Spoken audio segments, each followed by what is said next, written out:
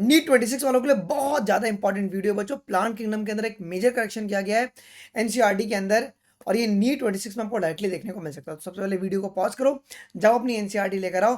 जो जो करेक्शन मैं बता रहा हूँ कि आपकी एनसीईआरटी में है या नहीं है, अगर नहीं है तो उसको ऑन द स्पॉट तुम करेक्ट भी कर लो। और इस वीडियो को अंत तक जरूर से देखना, अपने दोस्तों को भी आप लोग शेयर कर दो।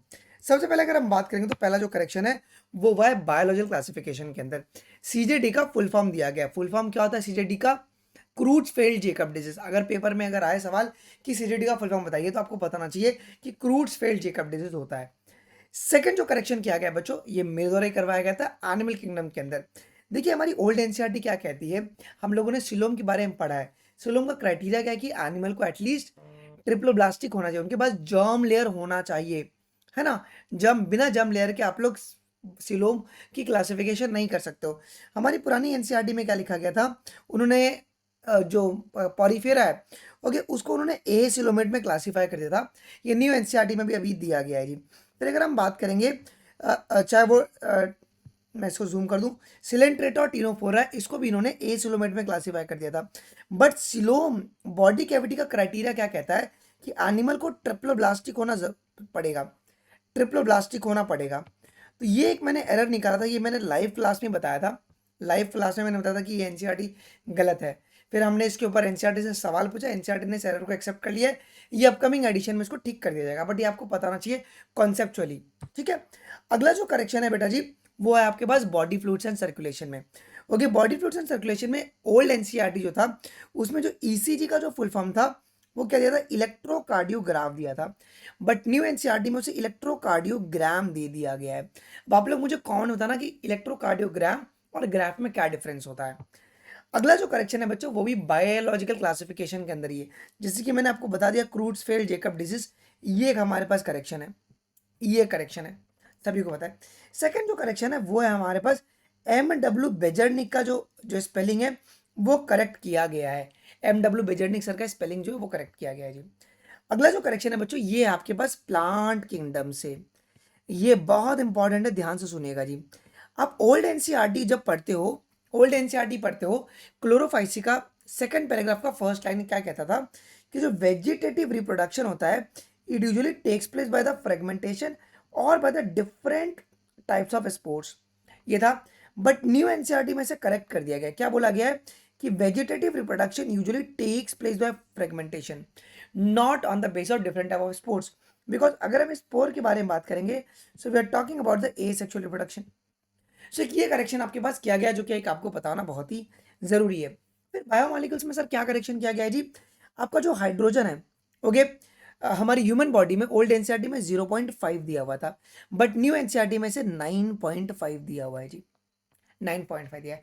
फर्दर आगे करेक्शन बताने से पहले मैं आपको बता दूं बच्चों, ये टाइम ऐसा टाइम है जहाँ पे बहुत ही इंटेंसिफाइड टाइम है। आप चाहते होंगे ना कि सर हमें कोई ये दे दे कि हर एक चैप्टर से इंपॉर्टेंट पीडी क्वेश्चंस दे दे कि हम ये कर लें और हमारे को नीट 26 में वो देखने को मिल जाए। सो बच्चों ऐसे ही हम लोगों ने आपके लिए चैप्टर वाइज हम लोगों ने 120 क्वेश्चंस आपके लिए 180 क्वेश्चंस बनाया फिजिक्स केमिस्ट्री बायोलॉजी के लिए। हर एक चैप्टर से, फिजिक्स केमिस्ट्री बायोलॉजी की हर एक चैप्टर से 180 एमसीक्यूज बनाया। अगर तुम इतना कर लेते हो ना, तुम्हारा 600 प्लस नंबर गारंटी है, इसकी रिस्पॉन्सिबिलिटी मैं लेता हूँ। बायोलॉजी में 82 बायोलॉजी में ऐसे एमसीक्यू से जो मैंने कराया था और पेपर में वो डायरेक्टली आए थे, आप इसको देख सकते हो। ठीक है, इसीलिए इस बार हम लोग फिजिक्स केमिस्ट्री बायोलॉजी में बनाए हैं हर एक चैप्टर से 180 एमसीक्यूज। अगर आप इतना भी कर लेते हो गारंटी आपको कितना मिल जाएगा, 600 प्लस नंबर आपको इजीली मिल जाएगा।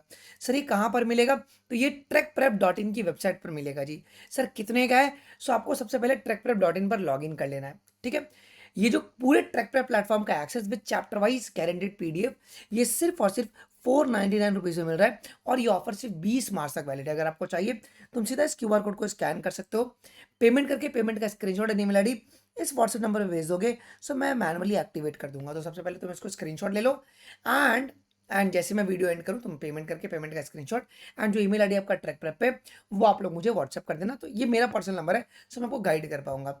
या तो मेरी टीम का भी नंबर है बच्चों, इसका भी आप नंबर स्क्रीनशॉट ले सकते हैं कि अगर मेरे एंड से, क्योंकि बहुत सारे बच्चों का मैसेज आता है, अगर मैं ना रिप्लाई कर पाऊँ तो आप मेरी टीम को ही मैसेज कर सकते हो, they will reach out to you and वो मेरे तक कन्वे कर देंगे चीज़ों को। आइए अभी हम लोग वीडियो के ऊपर आगे बढ़ते हैं जी। तो जिसने भी नहीं लिया प्लीज़ ले लेना। यहाँ पर फिजिक्स केमिस्ट्री बायोलॉजी हम लोग दे रहे हैं, और आज 3 बजे तक सारे चैप्टर्स आपके लिए अनलॉक हो जाएंगे। आगे बढ़ते हैं बच्चों। अब ये जो है बेटा, ये एरर है न्यू एनसीईआरटी में, बट अभी तक उन्होंने ठीक नहीं किया है। आई होप कि कर देंगे जी। पुराने एनसीईआरटी में लिखा था कि एंजाइम प्लस सबस्ट्रेट से तुम्हारे पास एंजाइम सबस्ट्रेट कॉम्प्लेक्स बनता है और ये रिवर्सिबल होता है।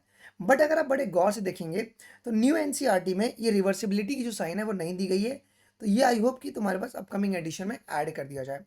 फिर इसके बाद अगर हम बात करेंगे एक्सक्रीशन चैप्टर के अंदर, ओल्ड एनसीईआरटी में लिखा गया था जो पीसीटी है वो सिलेक्टिव सिक्रीशन करता है। किसका? Hydrogen ion, ammonia and potassium ion का सिलेक्टिव सिक्रीशन करता है। बट न्यू एनसीईआरटी में क्या बोला गया है कि जो पीसीटी है वो सिलेक्टिव सिक्रीशन किसका करेगा?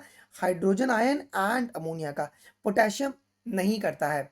ओके, तो एक ये बात एक आपको ध्यान में रखना है जी।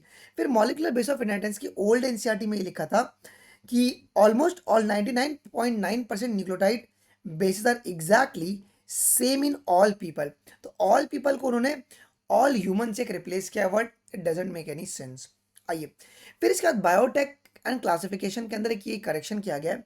तो पुरानी जो न्यू एनसीईआरटी है और पुरानी एनसीईआरटी में क्या चेंजेस है? पुरानी एनसीईआरटी ये कहती थी कि जो भी हमारे पास रिकॉम्बिनेंट प्लाज्मिड है, जो भी रिकॉम्बिनेंट प्लाज्मिड है, it will lose a tetracycline resistance due to the insertion of foreign DNA but can still be selected out from the non-recombinant one by plating the transformant on the tetracycline containing medium। है ना, हम non transformant को कैसे अलग कर सकते हैं? Tetracycline medium पे प्लेटिंग करके। बट न्यू एनसीईआरटी इसको अलग करते हैं बिकॉज स्टैंडर्ड बायोटेक के रूल को ये फॉलो नहीं करते, गलत हो जाएगा। फिर न्यू एनसीईआरटी में क्या बोला गया है कि the recombinant plasmid will lose a tetracycline resistance due to the insertion of foreign DNA but can still be selected out from the non-recombinant out by the plating the transformant on ampicillin containing medium। अगर तुमको tetracycline को अगर अलग करना है तो मैं ampicillin medium पे प्लेटिंग कर दो, ऑटोमेटिकली इजीली वो अलग हो जाएंगे। सो ये आपके पास एक प्रॉपर तरीका होता है। बायोटेक की क्लास में मैं इसको डिटेल में आपको एक्सप्लेन कर दूंगा। सो याद करना है कि अगर आपको नॉन रिकॉम्बिनेंट को अगर डिफ्रेंशिएट करना है सो उसको टेट्रासाइक्लिन मीडियम में आप प्लेटिंग ना करके आप उसको एम्फिसिलिन मीडियम में ट्रांसफॉर्मेंट और नॉन ट्रांसफॉर्मेंट को अलग कर सकते हो। अगले जो भी करेक्शंस है फटाफट आपको बताता हूँ जी। क्लास 12 के करेक्शंस है। पुरानी एनसीईआरटी में ये लिखा गया था कि सेवरल, अगर आप बड़े गौर से देखेंगे कि several memory duct join to form the wider mammary ampulla which is connected to the lactiferous duct through which the milk is sucked out. देखिए जो मिल्क होता है वो निप्पल से सक्ड आउट होता है, not from a duct. Okay, new NCERT में इसको करेक्ट कर दिया गया। क्या बोला गया है कि the opens at the nipple from where the milk is express during the breast feeding. है ना, कि मिल्क जो है वो निप्पल के थ्रू एक्सप्रेस आउट बाहर होता है। अगला जो करेक्शन है वो आपके पास इवोल्यूशन के अंदर उम्र का करेक्शन है कि जो पुरानी एनसीईआरटी में लिखा था कि यूनिवर्स जो है वो 20 बिलियन ईयर ओल्ड है।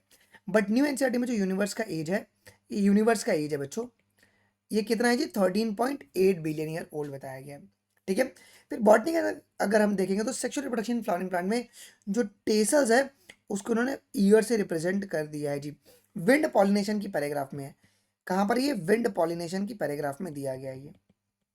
ठीक है, अगला जो करेक्शन है बच्चों वो ये किया गया है सेल यूनिट ऑफ लाइफ में कि जो श्वान थे उनको पुरानी एनसीईआरटी में ब्रिटिश जूलॉजिस्ट बोला गया था, बट ये गलत है। न्यू एनसीईआरटी कहते हैं कि जो श्वान है वो जर्मन जूलॉजिस्ट है। क्या है जी? वो जर्मन जूलॉजिस्ट है। फिर बाद में बच्चों ये करेक्शन मेरे द्वारा ही करवाया गया था।